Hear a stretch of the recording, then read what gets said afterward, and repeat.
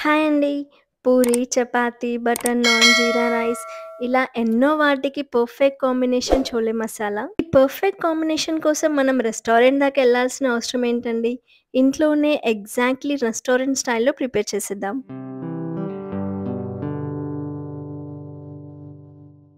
1 cup of చోలేని overnight soak చేసుకున్నాను. Night నానపెట్టుకున్నానండి. వీటిని తెలుగులో శనగలంటారు. ఇంగ్లీష్‌లో చిక్ పీస్ అని కూడా అంటారు. వీటిని నైట్ నానబెట్టేసుకొని ఒక ప్రెషర్ కుక్కర్ తీసుకొని అవి మునిగేంత వరకు వాటరేసి, సాల్టేసి మనం మెత్తగా అయ్యేంత వరకు కుక్ చేసుకోవాలి. చాలా సాఫ్ట్‌గా కుక్ అవ్వాలండి. అప్పుడే మన కర్రీకి టేస్ట్ చాలా బావుంటుంది. ఇంకొక పాన్ తీసుకొని డ్రై రోస్ట్ చేసుకోవాలండి. ఒక 8 వరకు కాజులు తీసుకున్నాను. 3 స్పూన్స్ వరకు ఎండు కొబ్బరి తీసుకొని వాటిని బాగా రోస్ట్ చేసుకొని పక్కకు పెట్టేసుకోండి. స్టవ్ మీద పాన్ పెట్టుకొని ఒక 3 టేబుల్ స్పూన్ వరకు ఆయిల్ వేసుకొని దాంట్లోకి 2 బగారా ఆకు, ఒక ఇంచు దాల్చిన చెక్క, ఒక స్పూన్ జీలకర్ర వేసుకొని బాగా వేయించుకోండి. అది వేగాక దాంట్లోకి ఒక కప్పు వరకు సన్నగా కట్ చేసుకున్న ఆనియన్స్‌ని వేసుకోండి.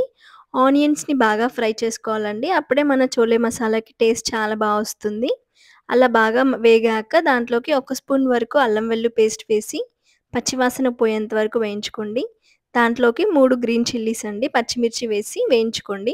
హాఫ్ స్పూన్ పసుపు, ఒక స్పూన్ కారం, 1 స్పూన్ సాల్ట్, 1 ½ స్పూన్ ధనియా పౌడర్ అండి. ధనియాల పొడి ఎక్కువేసుకుంటే టేస్ట్ బావుంటుంది.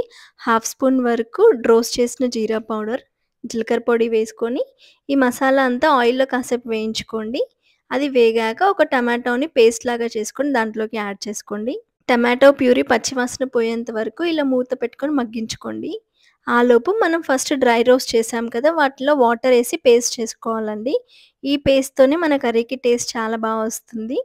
నెక్స్ట్ చూడండి ఆయిల్ అంతా ఇలా పైకొచ్చేసింది. మన టమాటోసు, మసాలా అంతా బాగా పట్టేసింది. దీంట్లోకి మనం పేస్ట్ చేసుకున్న వాటర్ యాడ్ చేసేసుకోవాలి.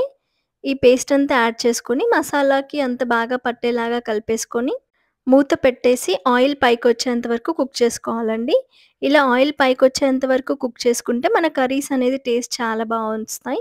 దీంట్లోకి మనం ముందుగా ఉడకపెట్టుకున్న చోలేని వాటర్‌తో పాటు వేసేసుకోండి. మూత పెట్టేసి ఆయిల్ అంతా పైకొచ్చేంత వరకు కుక్ చేసుకోండి. చూడండి చోలే కూడా మసాలాలో బాగా ఉడికిపోయింది. ఇప్పుడు దీంట్లోకి కొద్దిగా కసూరి మేతిని ఇలా వేళ్ళ మధ్యలో నలిగించుకొని వేసుకోండి. దీంట్లోకి హాఫ్ స్పూన్ వరకు ఆమ్చూర్ పౌడర్ అండి. డ్రై మ్యాంగో పౌడర్ వేసుకొని బాగా కలుపుకోండి. స్పైసీగా, పుల్ల పుల్లగా టేస్ట్ చాలా బావుంటుందండి. ఈ ఆమ్చూర్ పౌడర్ వేస్తే స్కిప్ చేయకండి. ఈ చోలే మసాలా అనేది మరీ వాటర్ కాకుండా, మరీ థిక్ కాకుండా ఇలా ఇలా ఉంటే సరిపోతుందండి. చపాతీకైనా, పూరీకైనా టేస్ట్ చాలా బావుంటుంది. ఈ కన్సిస్టెన్సీ సరిపోతుంది. దీంట్లోకి కొరియాండర్ లీవ్స్, కొత్తిమీర వేసేసుకొని లాస్ట్‌లో ఒక స్పూన్ వరకు గరం మసాలా వేసుకొని బాగా కలిపేసుకొని స్టవ్ ఆఫ్ చేసుకుంటే టేస్టీగా చోలే మసాలా అయితే రెడీ అయిపోయిందండి. చాలా టేస్టీగా ఉంటుందండి. దీన్ని రైస్‌లోకైనా, చపాతీ, పూరీలోకి పర్ఫెక్ట్ కాంబినేషన్. నేనైతే ఇక్కడ పూరి కాంబినేషన్ చూపిస్తానండి.